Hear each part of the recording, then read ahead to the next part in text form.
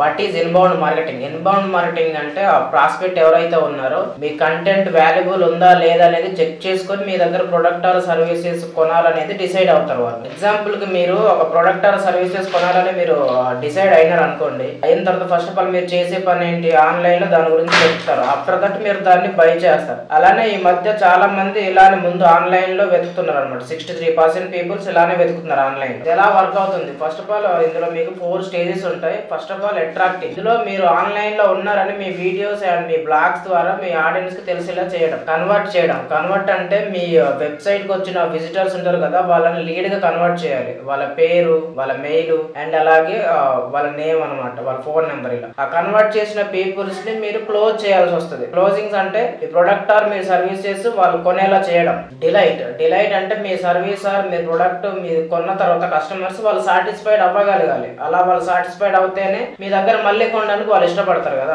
ఇదంతా మనకి కస్టమర్ పరిచయం అయినప్పటి నుంచి అతన్ని క్లోజ్ చేసే వరకు ఇది ఒక ప్రాసెస్ అనమాట. ఇన్బౌండ్ మార్కెటింగ్ వేస్ అవుట్ బౌండ్ మార్కెటింగ్. వీటికి డిఫరెంట్ ఏంటంటే, first of all inbound marketing అంటే మన వాల్యుబుల్ కంటెంట్ చూసి కస్టమర్స్ మన దగ్గర ప్రొడక్ట్ ఆర్ సర్వీస్ కొనాలనేది ఫిక్స్ అవుతారు. అవుట్ బౌండ్ మార్కెటింగ్ అంటే ప్రమోషనల్ మెసేజెస్ తో ఎక్కువ మందికి రీచ్ అవ్వడం అనమాట. లైక్ ఇక్కడ ప్రమోషనల్ మెసేజ్ అంటే లైక్ సేల్స్ కానీ, డిస్కౌంట్స్ అండ్ ఆఫర్స్ అని ఉంటాయి కదా, ఇలాంటి వాటితో ఎక్కువ మందిని అట్రాక్ట్ చేసి కొనిపించేలా చేస్తారు. So this is called out bound marketing. Inbound marketing వల్ల మనకి యూజ్ ఏంటి? ఫస్ట్ ఆఫ్ ఆల్ మనం ఇంటర్నెట్ లో ఉన్నామని అందరికి తెలుస్తాం. ఇంకోటి బ్రాండ్ అవేర్నెస్ అనేది బిల్డ్ చేసుకోవచ్చు. ఇంకోటి ట్రస్ట్ అండ్ క్రెడిబిలిటీ అనేది బిల్డ్ చేసుకుంటాం. అలాగే క్వాలిటీ లీడ్స్ అనేది మనం జనరేట్ చేసుకోగలుగుతాం. మీరు ఇంకేం తెలుసుకోవాలనుకుంటున్నారో కామెంట్ సెక్షన్స్ లో చెప్పండి. సో ఇలాంటి కంటెంట్ కోసం మన పేజీని ఫాలో చేయండి.